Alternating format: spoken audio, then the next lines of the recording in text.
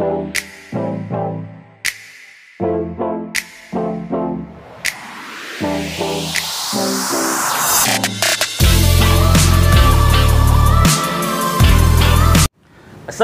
warahmatullahi wabarakatuh kepada anda semua fans Harimau Malaya. Semua sihat ya? Nampak saya besar sikit hari ni kan? Sebab dari pagi tadi tak stop makan nasi kandar. Kami dekat Penang bersama dengan pengurus besar Penang FC. Tapi sebelum saya kenalkan nama pengurus besar kita, saya nak minta anda semua untuk subscribe YouTube channel kami, follow semua media sosial kami, Facebook, IG, Twitter, TikTok, semua ada. Dan jangan lupa tekan loceng supaya tak terlepas. Setiap kali muka ni keluar nanti, anda tak terlepas. Okey? Alright, kita bersama dengan pengurus besar Penang FC iaitu Tuan Jeffrey. Sihat Tuan? Halo, sihat, sihat. Dah makan dah? Dah makan. Oh, dah makan. Saya dekat Penang ni tak tahu nak makan apa. Rasa semua nak makan. Banyak tempat nak makan tu. So, biasa bila kita mulakan interview, biasa kita tanya dulu perkembangan terkini dan persiapan untuk Liga 2022 Tuan. Perkembangan terkini untuk pasukan kami telah bermula sejak 2 bulan lepas.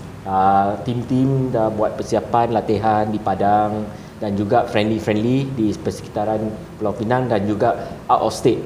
Kita dah bermain dengan beberapa pasukan dan juga di Terengganu dengan di KL. Minggu ni kita akan bermain di Penang dengan beberapa tim M3 dengan tim Liga Super. Ya, itu setakat saja buat masa kini lah. So setakat ni dari segi kecergasan pemain, dari segi taktikal dah mula nampak hasil dia dah bersedia? Nampak masih memerlukan persiapan yang lebih kerana pemain-pemain import kami yang telah bermain dengan Lebanon baru sampai di Malaysia buat kuarantin dan buat masa kini dia akan join pasukan esok.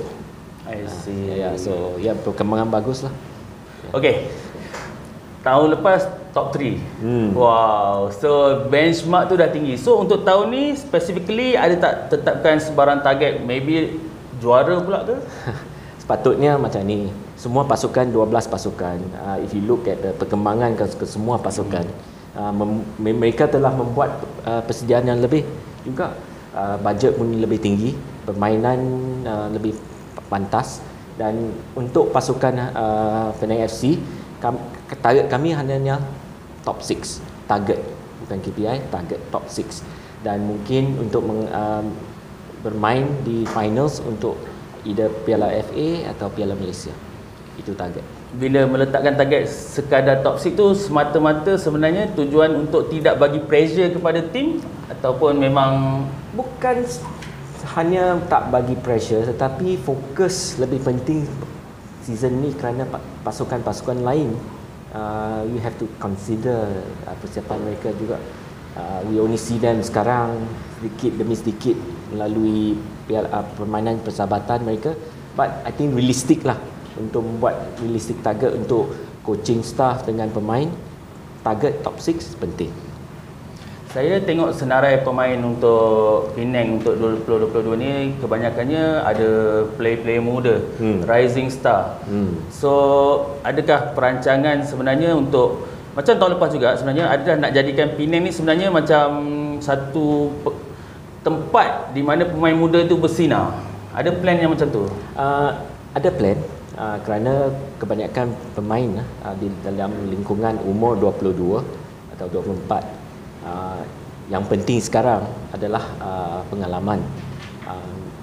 Kami percayalah Penang FC memberikan platform yang penting untuk pemain-pemain untuk menunjukkan dia experience dengan dia skill dalam padang. That is our intention. Sama macam season lepas juga, player-player muda banyak yang menonjol bila dekat Penang. Al-Hafiz semua kan. Cumanya bila mereka berpindah ke tim lain, adakah itu mengganggu gugat perancangan? Sebab biasanya kalau kita nak naikkan pemain muda, perancangan itu adalah perancangan panjang. Tapi bila mereka keluar, well, put it this way lah, kerana ini adalah hakikat sebenar. Sebarang pemain juga bila mereka nak berkecimpung untuk go forward, we encourage them. Tetapi yang penting sekarang adalah kami untuk mendapatkan player-player yang committed, player-player yang ingat mereka akan lebih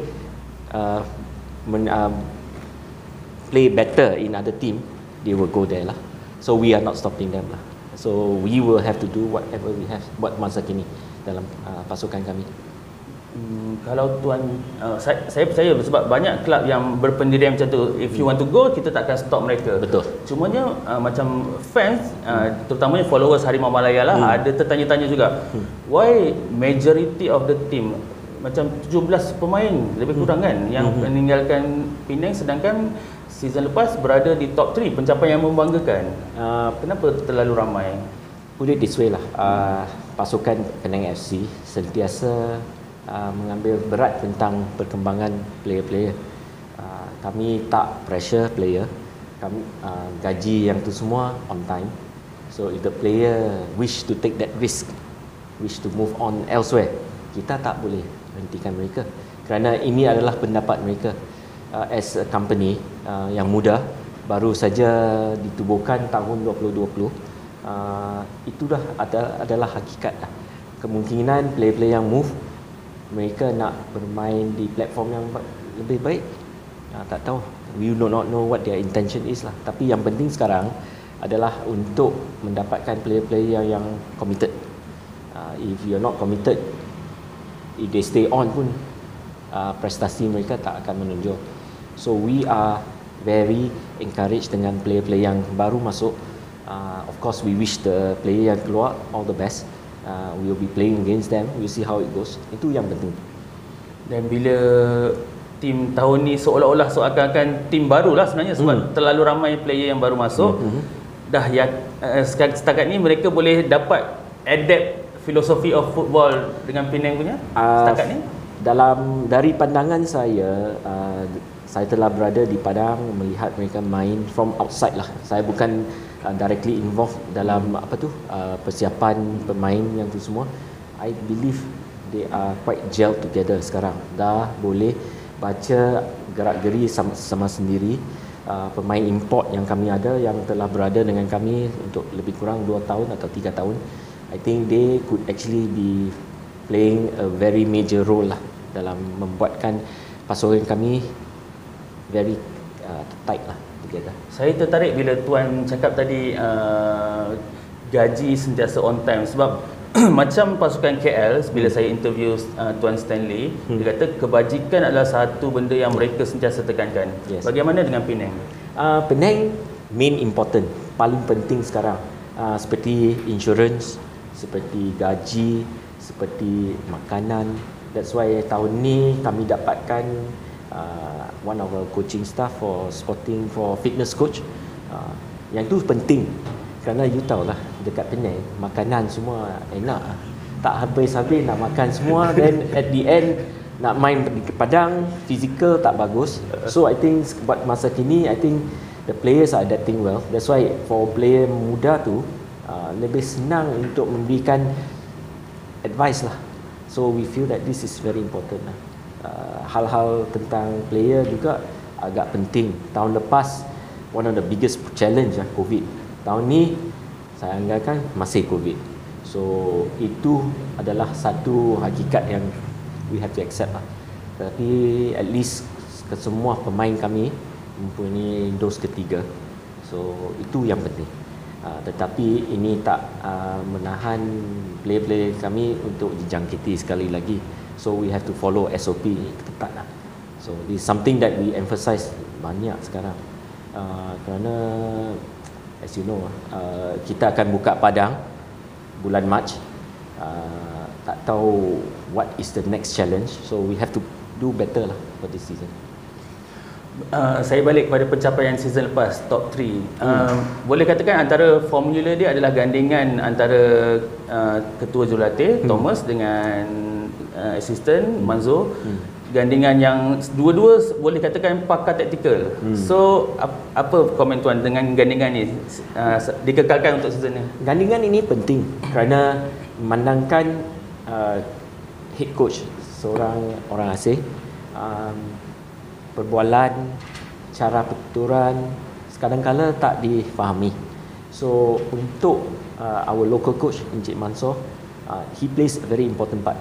Membuat tunjuk ajar, experience, kerana dalam Liga Premier he won the cup.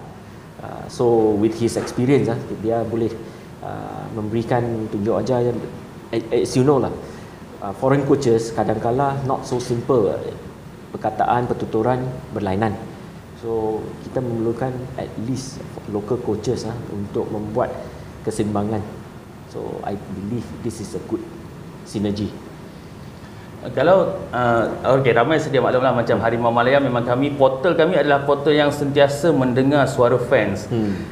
Cuma ada cakap-cakap ni kadang-kadang ada yang nakal-nakal, tapi kita ambil angkat juga sebab kita nak cuba dapatkan jawapan juga. Ada yang kata bila masuk ke Piala Malaysia last season, prestasi Penang drop. Dan ada yang mengatakan ada kemungkinan ada perselisihan faham antara kedua coach tu. Adakah betul benda tu berlaku, tuan? Tiada lah. Tiada perselisihan faham lah. Yang penting adalah kekurangan pemain yang telah tercedera. As you know, 22 game tu ramai yang tercedera, ada yang dijangkiti COVID, tak boleh main. So I think the stress dari impact stress dia adalah tinggi. So pemain juga kekurangan masa tu. So we do what we have lah buat masa tu. Okey. Yang satu lagi perkara yang menarik is kehadiran semula pemenang Puskas. So apa kualiti Faiz Subri dalam usia sekarang yang dirasakan perlu untuk dibawa semula ke Penang? Spirit of never say die. I think that is a very important spirit Faiz Subri akan nak bawa balik. Dia tu dah dapat piala yang prestige, tetapi sayang dalam masa 2-3 tahun lepas dia tak berpeluang untuk menunjukkan kepakaran dia. Saya dengan pihak lembaga berpendapat sebelum even Cristiano Ronaldo balik ke MU yang tu semua, kita dah bincang tentang nak bawa balik Encik Faiz kerana dia punya skill bukan setakat menendang free kick yang cantik, tapi dia punya sikap yang positif. He's very down to earth, ready to always listen. Itu yang penting untuk tentang Faiz. Saya dah follow career dia even sebelum saya masuk Penang FC, dah 2016 2015 saya dapat tahu player ni bagus. But of course tak dapat peluang dalam Super League. Tahun ni kita bagi peluang. Harap-harap dia akan bermain dengan baik dan akan menunjukkan kepakaran dia di masa yang diperlukan. Jadi maksudnya pengurusan Penang FC yang minta Faiz Subri dimasukkan semula, atau Faiz Subri yang mohon, ataupun coach sendiri yang nak? Put it this way, both. Both. The player was showing interest, management wants him to come in, so that's very important. Bukan setakat coach nak bawa dia balik, bawa dia ke tim, tetapi dia tunjuk minat lah untuk balik ke Penang. Okey, kita ke cerita pasal branding pula sikit-sikit lah. Boleh. Sebagai tim, again lah pasal tim top 3, tapi bila call up national tu sangat sikit player daripada Penang yang dipanggil. Adakah nama Pulau Pinang tak cukup begah untuk player-player yang diserap? Sebab kalau kat tempat lain top 3 punya team boleh katakan ramai yang akan dipanggil. Ada komen tak? If you look at the call up lah, national call up lah, kita lihat under 23, 2 pemain kami dipanggil. Tak sempat juga mereka menghadiri training, mereka dipanggil. We choose the players kerana mereka ada skill. Terpasal they don't even have the time to come for training, terus masuk ke under 23. That's important. Tapi if you look at the national team, of course that was last year lah. Harap tahun ni the new manager dekat Harimau Malaya will call our player lah. We have no problem really. Bila pasal fans pula dekat Facebook, memang saya perasan dua musim lepas lah dah mula ramai yang timbulkan Haria Penang Haria semula lah. Dah macam dah semakin ramai yang ke stadium, dah mula dapat. Macam dari pihak pengurusan sendiri, ada tak strategi khas yang mendekatkan tim dengan fans? Penemuan dengan tim face to face adalah penting. Walaupun masa kini adalah pandemik, kami cubalah untuk bertemu dengan fan. Kita dah bertemu dengan sekali, sangat hangat. Pendapat telah diberikan. Kami cuba sedaya upaya untuk memenuhi permintaan mereka, but the spirit must be there lah. Kerana if you take dalam masa 9 bulan, dalam masa tu tahun lepas, kebanyakan game dimainkan dalam stadium yang kosong. Susah. Hanya Facebook, hanya Twitter, hanya Instagram yang menjadikan laluan untuk kami untuk berhubung dengan fan. So sekiranya fan marah, happy, kita terima sajalah. Tak payah kita kata ini tak betul, itu tak betul. Kerana spirit tu mesti terbuka. Kadang-kadang mereka membuat andaian yang tak bermunasabah, but we terima. That's very important. Sebenarnya tak semua pasukan yang berani nak berhadapan dengan fans sendiri. Jadi kalau tuan kata Penang FC dah berjumpa dengan mereka, so apa cabaran yang paling besar bila berhadapan dengan fans? Kita tahu fans sekarang memang dah semakin vokal, dia bercakap. So dan saya pun faham jawapan tak boleh dapat puas hati semua orang. Jadi actually apa yang berlaku masa tu? Masa tu fan-fan ada kata tentang harga tiket, kepentingan untuk menjadikan season pass, bawa balik season pass. Ada juga yang mengatakan bahawa logo kami tak sesuai. Kita juga faham kerana logo masa tu dibuat, so kami juga mendengar. So one of the challenges now is to do a contest, tarik peminat untuk membuat design yang baru. Kita akan bagi expert atau peminat yang lain untuk membuat pilihan lah. Kerana ada grup yang kata logo kami tidak melambangkan prinsip sebuah pasukan Penang FC. So we accepted that. Itu penting. Dan juga season pass yang tu challenging kerana kita tak tahu macam mana masalah pandemik akan berlalutan. So challenges banyak lah. So we listen, we do what we can. Andaian macam jika you nak panjat pokok atau you tunggu untuk durian runtuh, boleh. Tetapi jika buah mangga atau mango, petik lah. Whatever is you can reach, you do lah. That we don't want to be over committing, under promise, under commit. Kita buat apa yang boleh buat masa kini. Kerana jangan lupa bajet penting. Jika terlalu agresif, ini akan membuat impact kepada tim keseluruhan. So we have to make sure our marketing budget dengan cost budget maintain atau dikontrol yang tu. Kata pasal bajet, sebab pasukan jiran contoh Perak kan, berhadapan dengan masalah kewangan yang sangat kritikal. Jadi Penang sendiri ada tak plan tertentu untuk pastikan bajet tu tak tersalah guna, tak terlebih guna, pastikan import yang dibawa tu adalah import yang pada kemampuan supaya tak berlaku half season punya problem. Ada macam pihak pengurusan pastikan benda tu akan terjaga. Ini setelah dijalankan sejak bila permulaan lah. Kerana pihak pengurusan berpendapat bahawa jika bajet tak diketatkan, ini akan membuat suatu impact kepada keseluruhan pasukan. Jangan lupa tim Belia dan tim Presiden sekarang online. Bulan 23 Februari mereka akan bermain. Sudah 2 tahun tak bermain.